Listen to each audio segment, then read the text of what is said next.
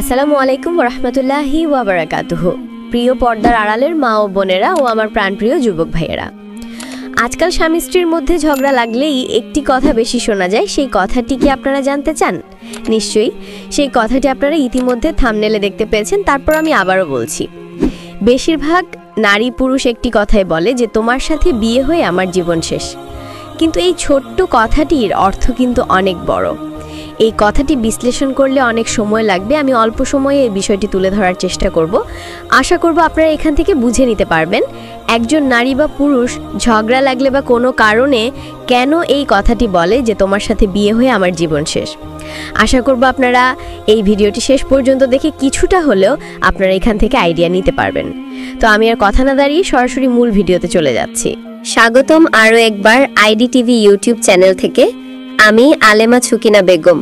আমি আমার কথা শোনার জন্য আপনাদেরকে আমন্ত্রণ জানাচ্ছি। ভিডিওটি দেখে যারা একটি সুন্দর কমেন্টস করবেন আমি তাদের সাথে যোগাযোগ করব। আজকাল অনেকেই আমার চ্যানেলে জানতে চান স্বামীর বড় ভাই ভাসুর এবং ভাসুরির জন্য ছোট ভাইয়ের স্ত্রীর সাথে সম্পর্ক কেমন হওয়া উচিত। সত্যি এই বিষয়টি খুবই গুরুত্বপূর্ণ। আজকাল দেখা যায় এই বিষয়টি না জানার কারণে ভাসুরের সাথে অবাধ চলাফেরা হয় এবং এক পর্যায়ে ভাসুরকেই ভালো লেগে যায়। তখন বিপদের দিক চলে যায়। এতে করে একটি পরিবারে ভাঙন ধরে, এমনকি একটি পরিবার তছনছ হয়ে যায়। তাই এই বিষয়ে যদি আগে থেকে সতর্ক হওয়া যায় তাহলে আশা করি এই সমস্যাগুলো হবে না। আর এর জন্যই আপনাদের এই বিষয়টি জানা খুবই জরুরি। আপনি যদি নাই জানেন তাহলে মানবেন কিভাবে? তাহলে চলো না আমরা অল্প সময় এই বিষয়টি জেনে নিই। ছোট ভাইয়ের স্ত্রীর সাথে ভাসুরের সম্পর্ক কেমন হবে এবং নারীর জন্য স্বামীর বড় ভাইয়ের সাথে সম্পর্ক কেমন হবে। তো আমি আর কথা না বাড়িয়ে মূল আলোচনায় চলে যাচ্ছি। ভিডিওটি খুবই তথ্যভিত্তিক, এজন্য ভিডিওটি না টেনে সম্পূর্ণ ভিডিওটি দেখার অনুরোধ রইল। আমি একজন নারী হয়ে অনেক কষ্ট করে ভিডিও বানাই, তাই আপনারা আমাকে একটা লাইক দিবেন এবং কোন দেশ থেকে ভিডিওটি দেখছেন সেটি কমেন্টের মাধ্যমে জানিয়ে দেবেন। মূল আলোচনা। একজন নারীর স্বামীর বড় ভাই অর্থাৎ ভাসুরের সঙ্গে সম্পর্ক কেমন হওয়া উচিত ইসলামের আলোকে। বিসমিল্লাহির রহমানির রহিম। আসসালামু আলাইকুম ওরহমতুল্লাহি ওবারাকাতুহু। প্রিয় শ্রোতেগণ, আজকের আলোচনার বিষয় একজন নারীর তার স্বামীর বড় ভাই অর্থাৎ ভাসুরের সঙ্গে সম্পর্ক কেমন হওয়া উচিত ইসলামের আলোকে। এই সম্পর্কটি সমাজে খুব সংবেদনশীল, তাই ইসলাম এতে পরিষ্কার নির্দেশনা দিয়েছে। ইসলাম একটি পূর্ণাঙ্গ জীবন বিধান। এখানে পারিবারিক সম্পর্কগুলো নির্দিষ্ট সীমার মধ্যে রাখা হয়েছে, যেন শয়তান কারো মাঝে ফিতনা সৃষ্টি করতে না পারে। রাসূলুল্লাহ সাল্লাল্লাহু আলাইহি ওয়াসাল্লাম এক হাদিসে সতর্ক করে বলেছেন, ভাসুর হলো মৃত্যু। সহিহ বুখারী ও মুসলিম।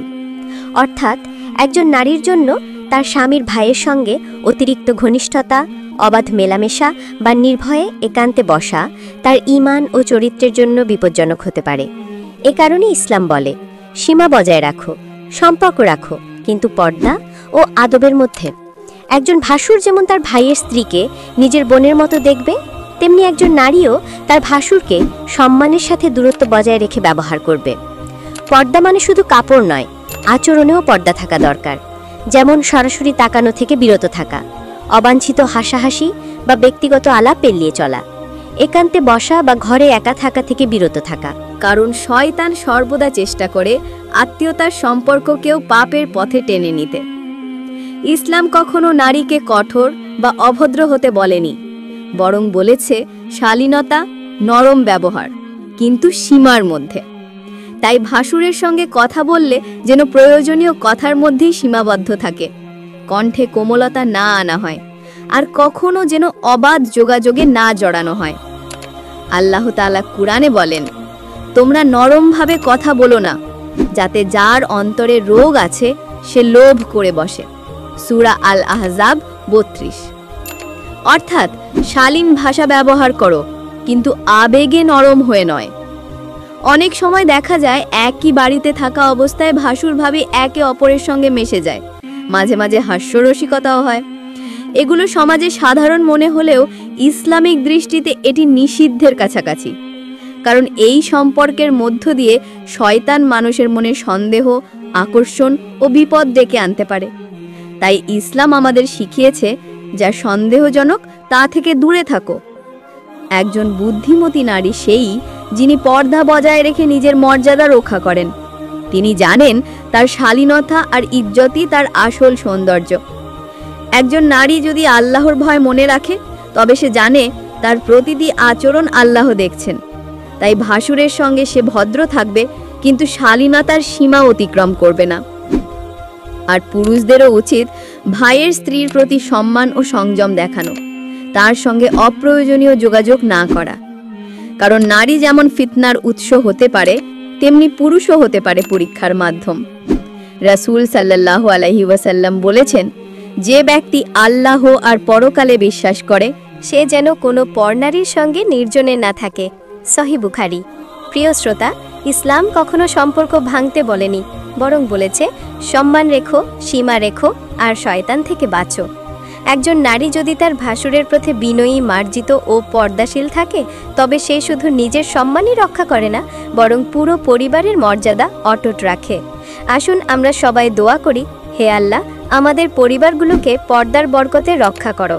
নারীদের দাও হায়া ও সম্মানের তৌফিক, আর পুরুষদের দাও দায়িত্ব ও সংযমের হৃদয়। আমিন।